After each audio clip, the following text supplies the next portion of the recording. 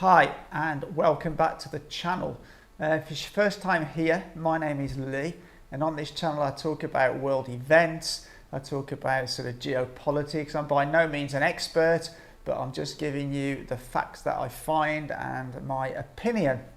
So today I want to talk about the situation in the Azozstal steelworks. Now, as you're probably aware if you've watched any of my previous videos, the war in Mariupol, which is a city in Ukraine, is almost over, and the last remaining troops are in the Azozstal iron and steel works in Mariupol. And this seems to be that it's the far right Azov battalions and also a number and amount of foreign mercenaries or volunteers, whatever you would like to call them. And from what I understand from an article from TASS, which is an official Russian news agency, the Russian military have given a chance for the remaining people, for the remaining Ukrainian military and mercenaries within that steelworks to surrender if they wish. And they've given them until 6 a.m. on Sunday to be able to do that. And if they don't, they will then continue their assault on the Azovstal steelworks.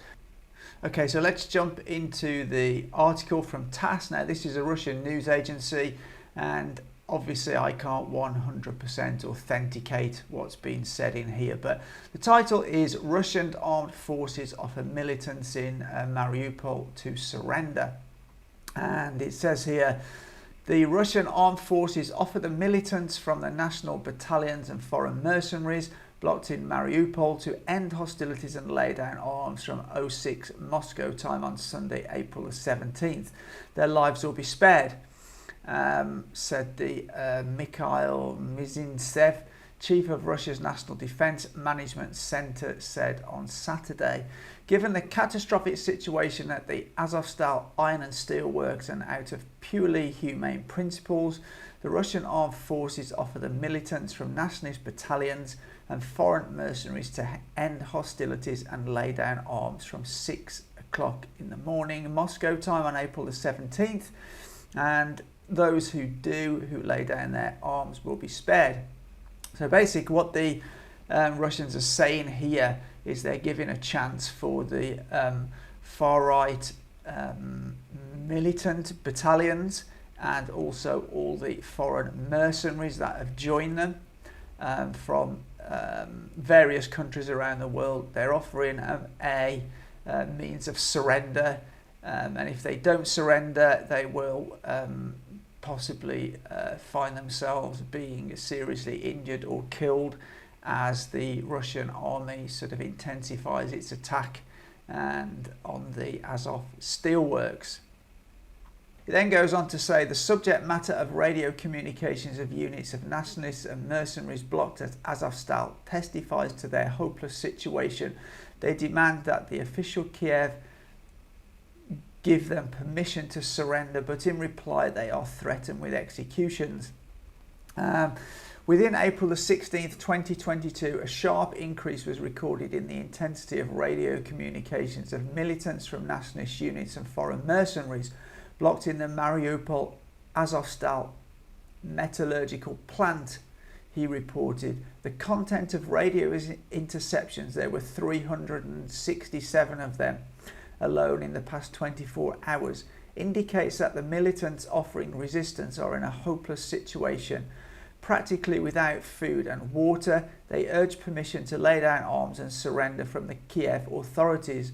Meanwhile, representatives of the Kiev authorities categorically forbid them to do this and threaten with subsequent executions under the wartime conditions. So basically, what Russia is saying here is they've intercepted a lot of radio communication between the military in the Azovstal steelworks and the foreign mercenaries or volunteers, whatever you want to call them, and that they're saying they're almost out of food and water, and that they're asking permission from their commanders in Kiev to surrender.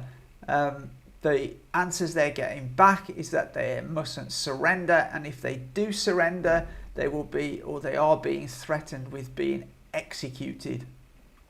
So it seems they're in somewhat of a hopeless situation, because it's obvious they're not going to fight off the Russian offensive, so they will possibly end up being killed if they surrender. The authorities in Kiev have suggested that they will be executed. So they're in a pretty much of a no-win situation from that statement.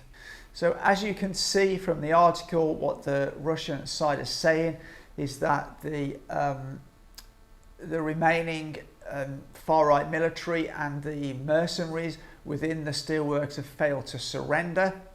So I imagine now that the Russian military will just step up their assault and finally flush out all the remaining people in there. Now I just want to make a sort of final comment about the mercenaries and the or volunteers who are in there. I have the feeling from reading various reports and stories online that many of them were very quick to volunteer and fly to Ukraine from countries like the UK, Europe, Canada, the US. And there are some thousands of them in total. I have no idea how many are in the Azozstal steelworks, but I think it's rumoured that there are around 400 to 500 of them. Now I just can't help thinking in my head that they thought before going that it was some sort of game, or it was like war in Afghanistan, where they were fighting a much inferior army. Russia have one of the best trained, well-equipped armies in the world, and I think they have sort of, in my opinion, they have sort of just volunteered themselves to be killed or injured by going to Ukraine. I think it's very, very foolish, especially for those who have families back home. Anyway, let me know what you think in the comments down below.